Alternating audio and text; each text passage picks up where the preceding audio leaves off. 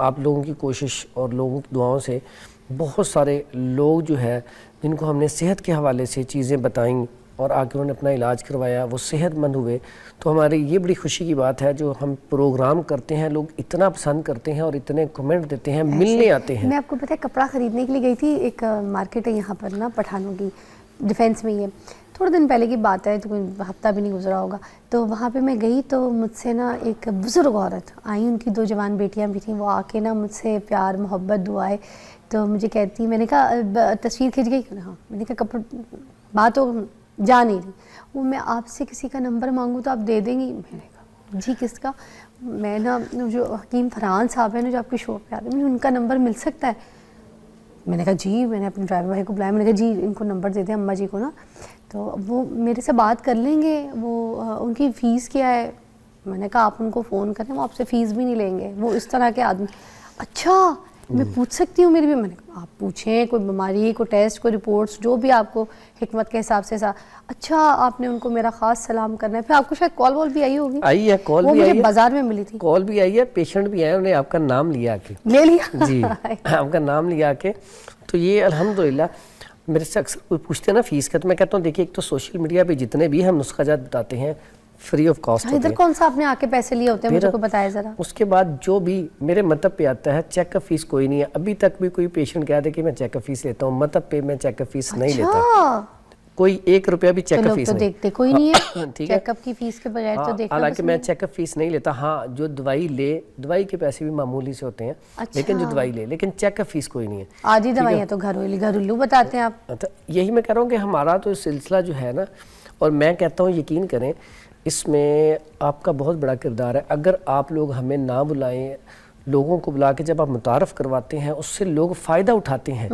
تو اس لحاظ سے بھی میرے خیال میں جتنے بھی لوگ ٹھیک ہوئے ہیں 2025 میں، اللہ تعالیٰ نے بیماریوں سے شفا دیا. بہت سارے پیشنٹ ایسے یقین کریں جو کینیڈا سے اسپیشل دوائی لینے آئے ہیں. ویڈیو دیکھ کے جی مارننگ ود فضا ہم نے دیکھا تھا، اس میں آپ آئے تھے تو یہ آپ نے بتایا تھا، تو ہم دوائی لینے کے لیے آئے.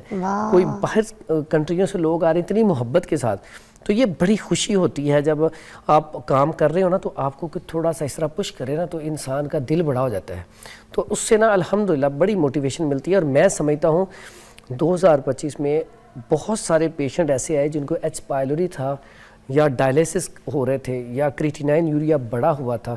خاص کر کے یہ اور بے اولادی والے، یہ 3-4 کیسز بڑے مجبور ہوتے ہیں، پریشان ہوتے ہیں، کیونکہ ایچ پائلوری میں ڈپریشن میں چلا جاتا ہے، انزائٹی میں بندہ چلا جاتا ہے، خوف، ڈر. اور جو ڈائلیسس والا وہ تو اللہ تعالیٰ معاف کرے، کسی دشمن کو بھی بندہ اس سٹیج پہ نہ لے کے. وہ ٹھیک ہوئے ہیں تو یقین کریں ان کی جو دعائیں ہیں آپ کے لیے، میرے لیے، ہمارے والدین کے لیے، کتنا ہمیں وہ خوشی ہوتی ہے جب وہ اتنا رو رو کے دعائیں دیتی ہیں. تو بڑا ایک اچھا لگتا ہے کہ یہ اتنی دعائیں دے رہی ہیں، تو ہمارے ماں باپ کے لیے بھی وہ دعائیں جا رہی ہیں. تو خصوصاً میں سمجھتا ہوں میری والدہ، اللہ تعالیٰ انہیں جنت میں جگہ دے، 4-5 سال ہو گئے جنہوں نے مجھے فورس کیا یہ یوٹیوب کے اوپر. یوٹیوب سے پھر آپ کے پروگرام میں آیا، تو آپ نے جس طرح لوگوں کو یہ تعارف کروایا، یقین کریں اس میں کوئی شک نہیں کہ آج میری والدہ کو اس کی نیکیاں مل رہی ہوں گی یقیناً. کیونکہ جب انسان دنیا سے چلا جاتا ہے تو نیک اولاد اس کے لیے صدقہ جاریہ ہوتی ہے. جب وہ نماز پڑھتی ہے اس کا اجر ملتا ہے، جب وہ قرآن پڑھتی ہے اس کا اجر. اس لیے میں اکثر، میرے پاس کوئی آیت میں کہتا ہوں آپ نا چلتے پھرتے اٹھتے بیٹھتے اذکار کرتے رہے. کس لیے؟ صرف اپنے لیے نہیں. وہ آپ کا ڈائریکٹ آپ کے ماں باپ، اس کے بعد دادا دادی، نانا نانی، ان کا تو ڈائریکٹ آپ کو اس کا اجر مل رہا ہے. آپ کو پتہ ہے میری امی کہتی تھی کہ جیسے ہمارے نانا دادی تھے نا، تو ان کے لیے امی کا جب کچھ کھا رہی ہوتی تھی نا تو وہ کھانا بھی بخشوا دیتی تھی کہ یہ میرے ماں باپ کو پہنچے. یہ دیکھیں یہ بڑوں کی بڑی باتیں ہوتی ہیں. اب والدہ، میرے والد صاحب ماشاءاللہ اللہ تعالیٰ نے صحت تندرستی دی. اکثر وہ ویڈیو میں لوگ دیکھتے ہیں وہ ایکسرسائز کر رہے ہوتے ہیں تو میرے جتنے ہی لگتے ہیں ماشاءاللہ، فٹ ہیں، وہ یوگا کرواتے ہیں، ایکسرسائز کرواتے ہیں. تو بڑا کسی دن انشاءاللہ پروگرام میں لے کے آؤں گا. وہ ماشاءاللہ فٹ ہیں.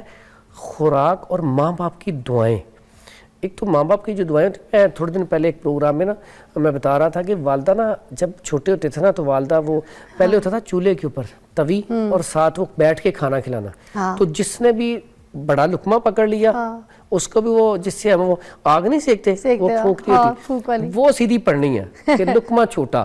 یعنی کہ تربیت کہاں سے شروع ہوتی تھی؟ گھر سے اور کھانے سے. کتنی پیاری پیاری باتیں. ایک بریک لیں گے، بریک کے بعد ہم پھر جو پیٹ کے امراض، پیٹ کی بیماریاں، پیٹ کے جو درد ہیں اس کے اوپر نسخے پوچھیں گے. آ جاؤ آپ.